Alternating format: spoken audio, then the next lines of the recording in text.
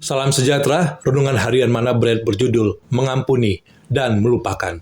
Kolose 3:13, sabarlah kamu seorang terhadap yang lain, dan ampunilah seorang akan yang lain apabila yang seorang menaruh dendam terhadap yang lain. Sama seperti Tuhan telah mengampuni kamu, kamu perbuat jugalah demikian.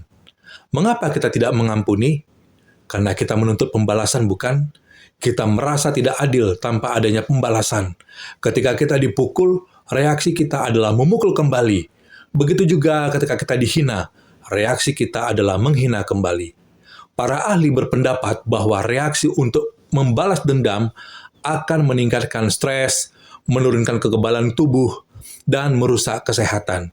Intinya, ketika kita tidak mengampuni, sebenarnya kita telah merusak diri kita sendiri.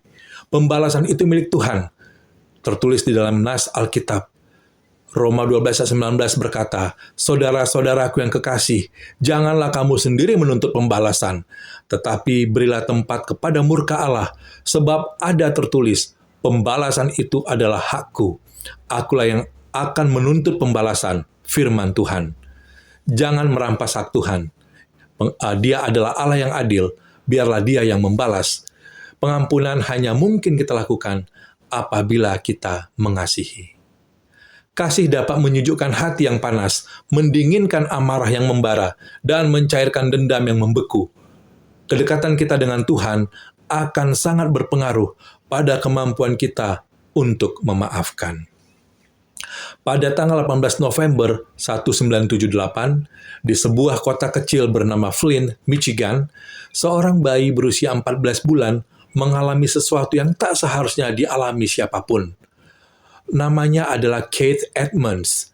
Ia baru belajar tertawa, baru bisa memanggil mama. Tapi malam itu, hidupnya berubah selamanya. Ayah tirinya yang marah karena tangisan kecilnya menempelkan wajah Keith ke pemanas listrik yang menyala. Jeritan kecil itu tenggelam dalam suara pekatnya malam. Dan ketika api padam, setengah wajahnya sudah hangus. Keith kecil menghabiskan masa kanak-kanaknya di rumah sakit. Ia berpindah-pindah dari satu tempat asuh ke tempat asuh lainnya. Ibunya berjuang agar bisa menemuinya lagi, tapi luka itu sudah lebih dalam dari sekedar kulit. Ia tumbuh dengan tatapan orang-orang yang melihatnya aneh, dengan rasa sakit yang tak pernah benar-benar hilang.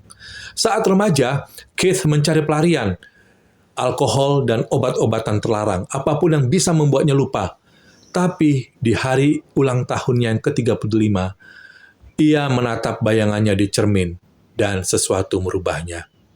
Ia sadar hidupnya bukan hanya tentang luka, tapi tentang bagaimana ia bangkit darinya. Ia pun mulai memaafkan, bukan karena yang dilakukan padanya pantas, tapi karena ia ingin bebas. Tahun 2016, ia mendirikan The Keith Edmonds Foundation, tempat bagi anak-anak korban kekerasan untuk mendapatkan kembali sesuatu yang dulu juga hilang darinya, yaitu harapan. Ia memberi mereka tas sekolah, tempat aman untuk bermain, dan yang paling penting, keyakinan bahwa mereka adalah berharga.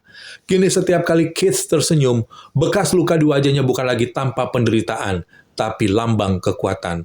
Luka ini, katanya suatu hari, bukan pengingat bahwa aku disakiti, tapi bahwa aku selamat. Dari seorang anak yang pernah dibakar oleh kebencian, ia tumbuh menjadi pria yang menyalakan cahaya untuk ribuan jiwa. Dan kita semua bisa belajar dari sana, bahwa pengampunan bukan berarti melupakan, tapi memilih untuk tetap mencintai. Saudara-saudara yang terkasih, ada berkat dalam pengampunan. Mengampuni memang tidak mudah, tetapi bukan tidak mungkin. Kuncinya adalah kita harus mau bekerja sama dengan Allah, sebab tiada yang mustahil bersama Allah. Allah adalah kasih, dan Allah tidak akan pernah gagal, dan kita diminta untuk tinggal dalam kasih-Nya.